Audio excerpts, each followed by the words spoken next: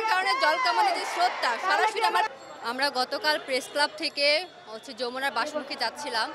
ওইখানে যাওয়ার পর আমাদের একটা উদ্দেশ্য ছিল যে আমরা আমাদের যে অধিকার থেকে বঞ্চিত হয়েছি সেটা আমাদের এইটা সবার সামনে প্রকাশ করা। আর আমরা ওইখানে শান্তিপূর্ণভাবে গিয়েছিলাম, আমাদের হাতে কোনো অস্ত্র শস্ত্র ছিল না।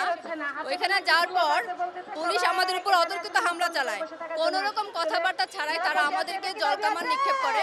আমি একদম সরাসরি সামনে ছিলাম, সামনে থাকার কারণে জলকামানের যে স্রোতটা সরাসরি আমার পেটে এসে লাগে। আমি 2.5 মাসের অন্তঃসত্ত্বা। পরবর্তী দেখে আমার ভাইদেরকে তারা লাঠিচার্জ করতেছে, সেই লাঠির আঘাত আমার পায়ে লাগে এবং এক পুলিশের লাঠি সরাসরি আমার পেটে লাগে। আমি তৎক্ষণাৎ ওইখানে সেন্সলেস হয়ে যাই।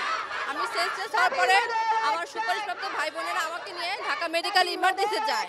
ওইখান থেকে তারা বলে আপনার তো আর্লি স্টেজ, এটা আলট্রা ছাড়া বলা যাচ্ছে না আপনার বেবির কন্ডিশন কি। ওইখান থেকে আমাকে রেফার করে দেয়।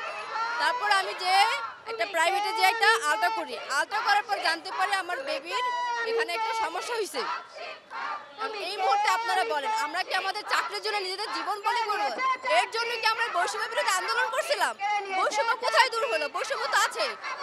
আমাদের রেজাল্টটা প্রকাশ করা হয়েছিল 3 মন্ত্রণালয়ের মতামতের ভিত্তিতে, তাহলে সেই 3 মন্ত্রণালয় কোথায় কোথায় তাদের দাম থাকলো?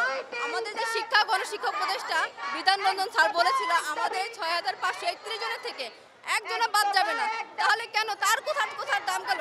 কোনো কথার দাম নেই। আমার এই যে মেডিকেল রিপোর্ট, এটা আমার মেডিকেল রিপোর্ট।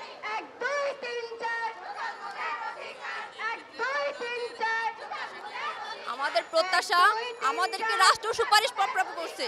আমরা তো বলি না আমাদেরকে সুপারিশপ্রাপ্ত করা হোক। রাষ্ট্র সুপারিশপ্রাপ্ত করার পরে এই অধিকার কেন আমাদের কেড়ে নেওয়া হবে? এটা কেমন রাষ্ট্র? কেমন আইন? এটা তো অন্ধ আইন হয়ে গেছে। এই দেশ কি দেখে না? এই আইনকে অন্ধ দেখে না? এটা আমরা আমাদের এই বৈষম্য দূর করতে চাই। এই দেশের রাষ্ট্রের প্রতি আমাদের একটাই দাবি, আমাদেরকে অধিকার ফিরিয়ে দেওয়া হোক। আমাদের 6531 জনের যোগদান দ্রুত নিশ্চিত করা হোক। এটা এখন আমাদের একমাত্র দাবি।